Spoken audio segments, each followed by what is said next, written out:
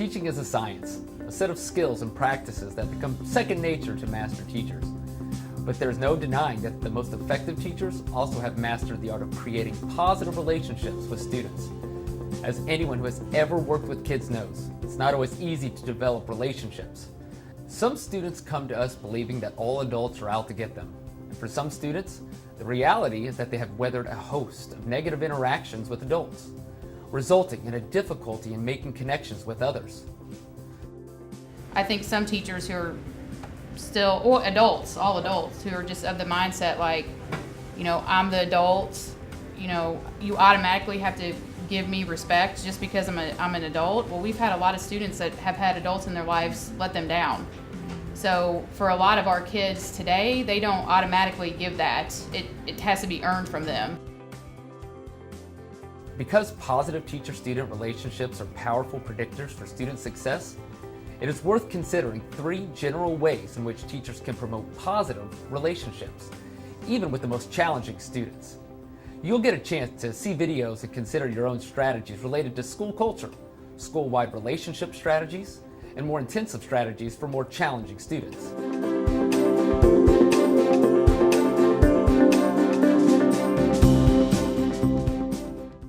Good to see you, Brian. What's up, Jacoby? Hey, Jen, Cameron, Mohammed, what up? Research clearly shows that the degree to which your students believe you genuinely care about them is a major predictor for their overall school success. In light of the fact, we might consider building positive relationships with students, not as an additional chore, but as an inherent part of what it means to be an effective teacher. Good morning, good morning. Good morning, ladies. Good morning. Morning, kiddos. Good morning, everybody. Good morning. Good morning. I'll be honest with you, I teach world civilization. My kids could care less about these old white guys. No offense to nobody. But it's because I have a relationship with my students that if I assign them something, they know that Mr. Williams ain't just going to assign something just to be assigned it. There's a reason that he's assigning it. So my kids are going to do it simply because of the relationship. Because honestly, I'm teaching Renaissance. Do they really need to know something about the Renaissance? Me as an educator could tell them something, but they could get two bleeps about the Renaissance, right? So, but it's because I have that relationship with the students. The culture of your school refers to the set of values that are shared and exhibited by all people, adults and students. Schools that commit to improving relationships as part of the school culture have open discussions and clear plans for improving relationships across the entire school. Often this effort is done as part of a school-wide effort, such as PBIS. Using this framework, the teachers and staff consider specific actions for increasing positive relationships, then commit to implementation over a period of time with data collected to monitor the effect. As a general rule, if relationships do not improve, the adults will have to be the ones to change their behavior to make it work. Simply waiting for the student to improve relationships is a very poor bet. I hear you saying we do this, we do this. So adult behavior should follow student behavior. Yes. Is that what I hear you saying? Yes. Because I see we teach a lot of times the kids how to be respectful, and yet the teachers on the playground aren't being respectful, or when they're picking kids up from the bus. So do I hear that you guys would like to also include something that says when we're teaching students expectations, that adults have those same expectations? That we have to check ourselves. And I say that because I always see teachers just talking over students and not really listening. And even as adults, you were saying something, then I'm going to say something, but I'm not listening to you. I just want to say what I need to say. And I think that's where we get so confused, just because we're adults. And as you said, we still have to earn that from them. And I think that's a really big part of what we do. How do you think the kids in your school feel about the adults? Do you think they really believe that adults care about their success or well-being? Take some time to discuss with your team. How would you describe the culture of your school from a student's perspective? Do you think they would consider it to be caring and positive? Think about what the adults in your school do to enhance your school culture and whether efforts are underway to develop continuous improvement.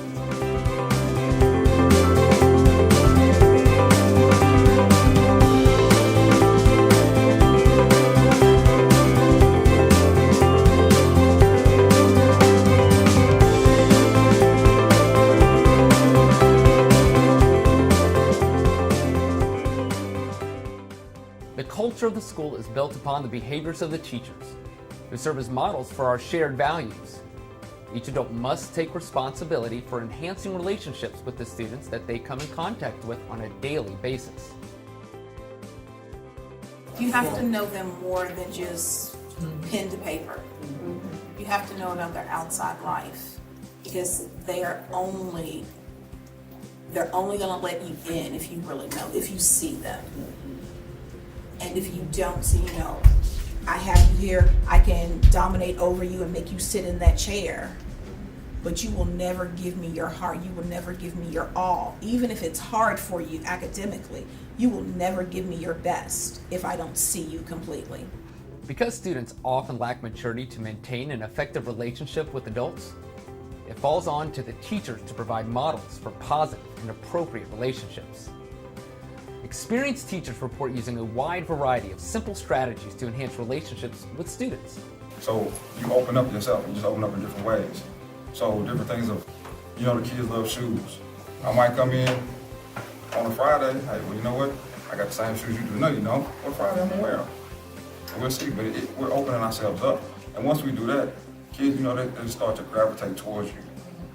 So, like in my classroom, I really don't have desks because I have small kids. So we have chairs, and we lay back, and they might sit in my chair, and we'll be speaking and we're talking. But as long as I know you might have your feet up, spinning around in the chair, let it be known I'm gonna call on you. So while you're spinning around in the chair, while you're getting dizzy, I need that information.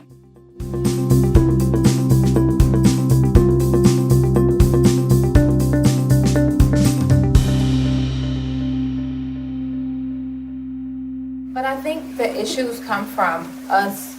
They come in and we instantly say, this is what I want you to do. Instead of, hey, how are you? How was your day? How was your night? Oh, did you watch the game?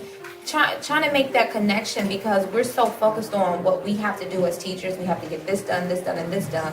Whereas we are not letting these children be children. And we're not opening up that caveat of, hey, you know what? I like you as a person. Forget that you're my student. You're a good kid. And I think that's why I'm so focused on in my career of teaching, where I have to make that relationship. I have to make sure that you know what, Miss Broughton likes something about you. I don't care what it is, but I like that you wore red today. And that makes them feel like, hey, you know what, she knows me. Yeah. So certain things I do, I know because kids in transition, it's just for me. I know after lunch, I don't go right into instruction. I let them have 5-6 minutes to themselves, and then we'll pull the instruction. And then for certain things that they do, I found myself, I need to just start laughing and stop being so angry with it.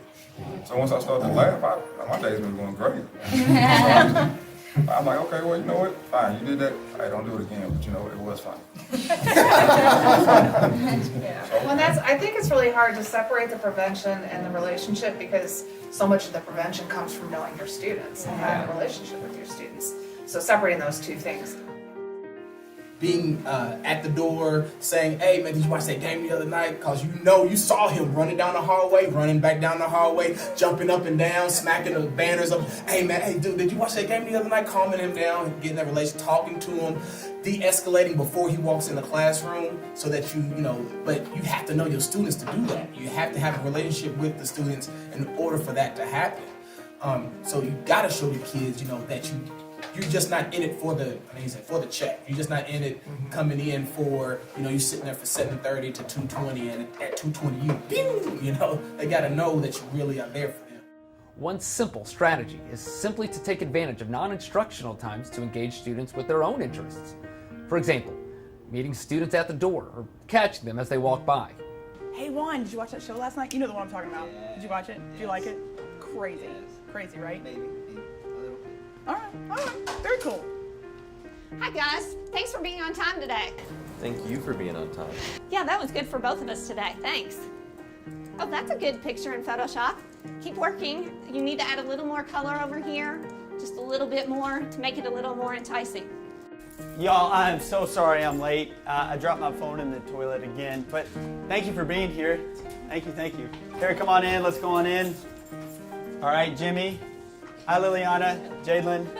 Good to see you, Dan, Moran, Christine. Perfect. What strategies do you typically use to engage students in a positive manner and build relationships? Discuss within your group and come up with a list of strategies that work best with the students you see on a daily basis.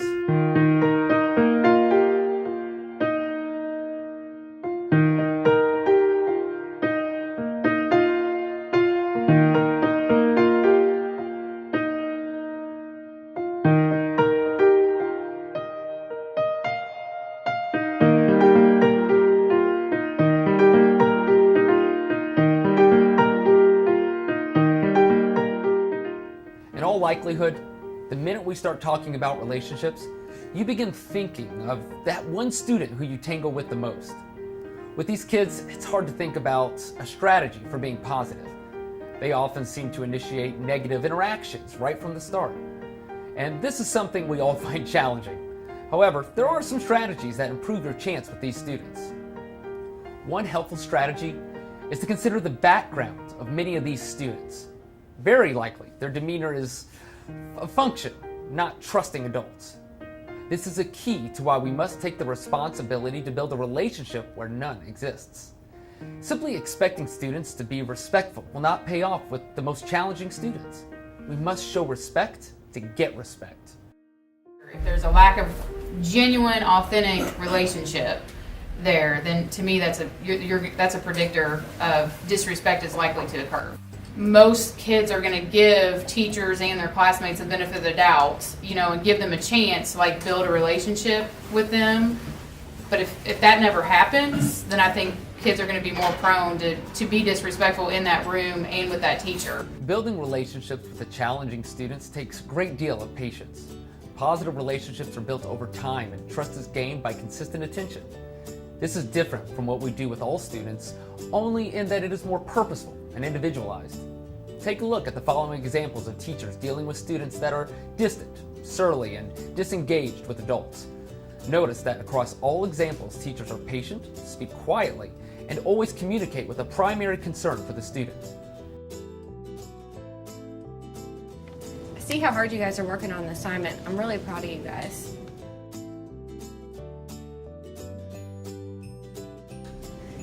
This is a lot like when we investigated the crime scene, which is like detective work. And you two are interested in being detectives. Something to consider. Note that this is not the end of the teacher's attempts, and they did not overdo it, just created a pleasant exchange and then moved on. Building positive relationships is a long-term game, played a little each day over time.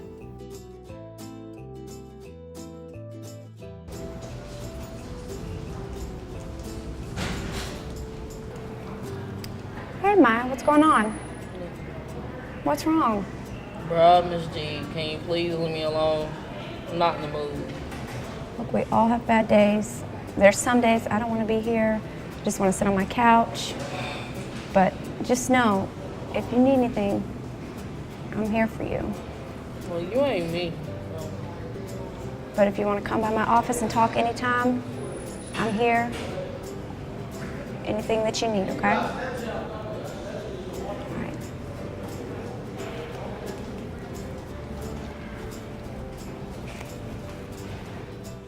Note that the student's agitation and surly demeanor did not distract from the teacher's focus on her well-being.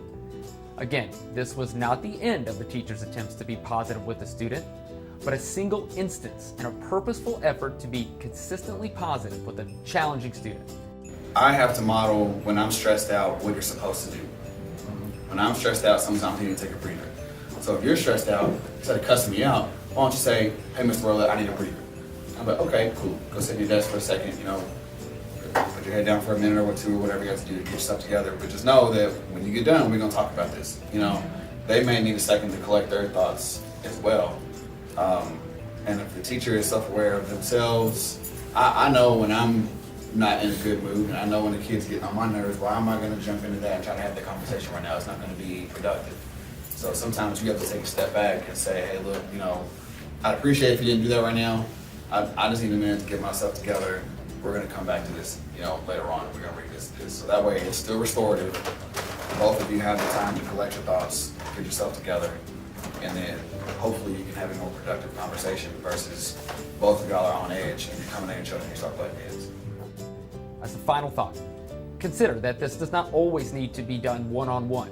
positive relationships can be generated as a part of your interactions with groups too. Okay, so being present, actually being here. Okay, what else does being present look like?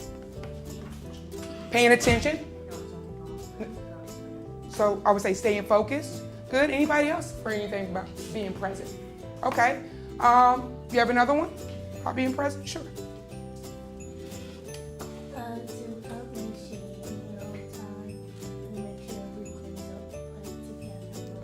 Okay, making sure you're here on time, kind of what you were saying, Peyton. Okay, great. That's all great things. What about, there's another one that's really important to me that we've discussed, keeping it safe. So what does that mean? What does keeping it safe mean? Anybody know? Davia? What was that? No running around? Okay, good. I like that. What else when we do our circles, when I say keeping it safe? Yes, Lilia. Same thing? Okay, keep your hands to your feet to yourself. What about, Peyton, you had another one about keeping it safe? Be explicit to reach or touch or talk. Use every student, because sometimes we spend a lot of time with the problem student, and many times we spend time with our great student, that there's some students that might fall between the cracks. And that kid that falls between the cracks might eventually become that disruptive student.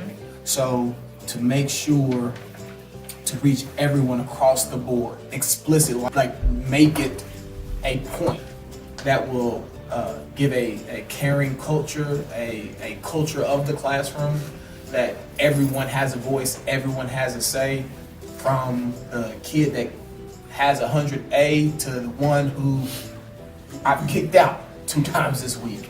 But at least we're all in this, and we're all trying to, get to the same goal. Edgar, I know you were worried about the evidence, but you found it. You did a great job. You made an A on the paper. What I want you to think about is, do you think he was a hero, which is a great guy who did cool things, or a villain who's not such a great guy who didn't do such cool things? Or do you think in history he was just a guy trying to make some money? So we talked about him being in charge of a voyage of discovery, right?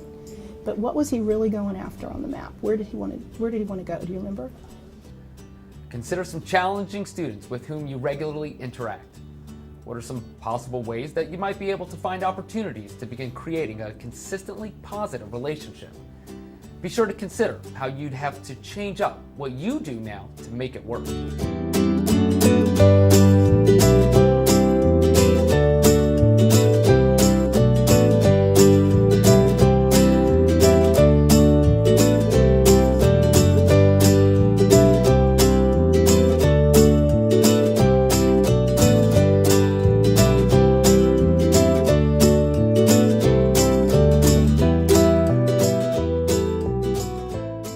Come to the next meeting with your own thoughts on your own positive engagement with students, and be prepared to discuss.